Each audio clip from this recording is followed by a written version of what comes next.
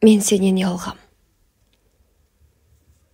Бойыма бала бітіп, шар сияқты дөңгеленіп бастағанда басталған сезім екен. Содан санаға бағынбаған, жүректе тыңдалмаған, жанға тыныштық бермеген, санамды билеген бір сезім. Мен өзіме ұнамаймын. Мен өзімнен ұяламын. 9 ай бойы кеудемнің астында тірі жанның өмір сүріп жатқаны қаншалықты қуаныш сыйласа, соншалықты қорқыныш сыйлады. Айнаға қараған сәтте пайда болатын, еске түсетін қорқыныш. Мен енді өмірлік осыданмен дос болып қаламын ба? Далаға шықсам, жұмысқа барсам, ағайынның ортасына барсам, әйелдер арасында қызу талқыға түсетін тақырып менің денемдегі ісік пе? Әлде өзім жинап жатқан май ма? Сонда ойлайтынмын, сонда түсінетінмін.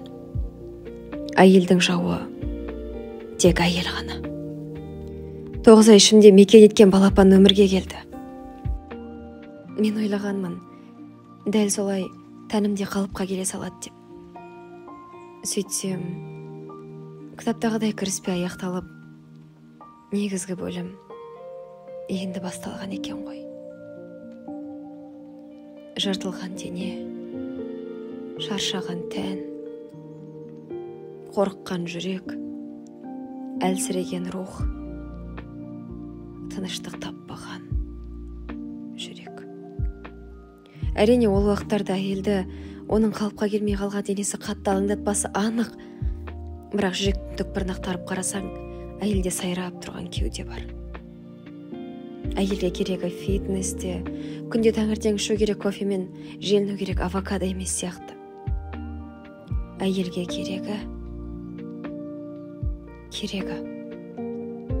тыңдалған сөз, құшақтайтын кеуде, жылытатын жүрек, тыныштық сыйлайтын тән, қолдайтын, қорғайтын жақын жан. Меніңшім сол кездер осылай сайраған сияқты.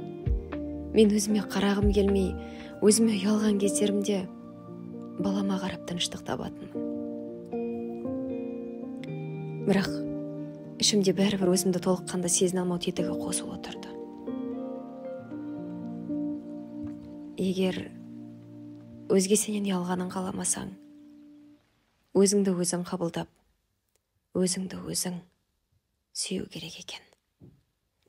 Өзіңнен өзің ұялмауың керек. Сен және мен ең алдымен өліммен арпалысып өмір сыйлаушы жанбыз.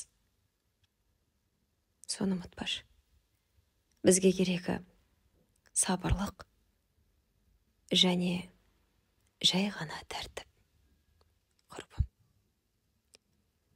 Өзіңді ақ бұлттар арасынан тауып алуыңды тілеймін.